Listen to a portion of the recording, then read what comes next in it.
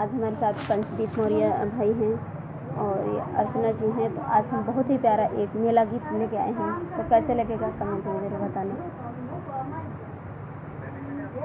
चला मेला घूम तुमका घुमाई जाई हो। चला मेला में तुमका घुमाई देई हो। चला मेला जवन जवन कहबू हम तुमका खियई मेला में पूरा हम रंगत देखई। चला मेला में तुमका घुमाई देई हो। चला मेला दुर्गा मायरिया के दर्शन करई गुड़ही जलेबिया हम तोहके खियई।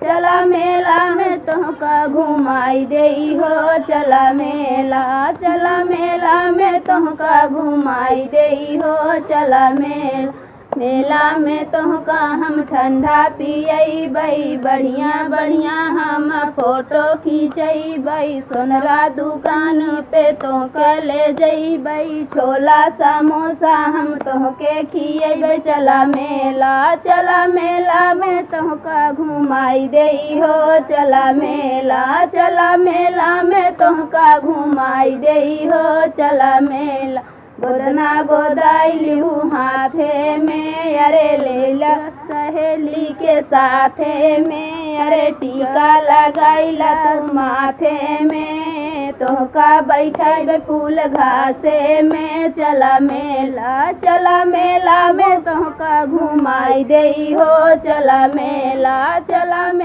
में तोहका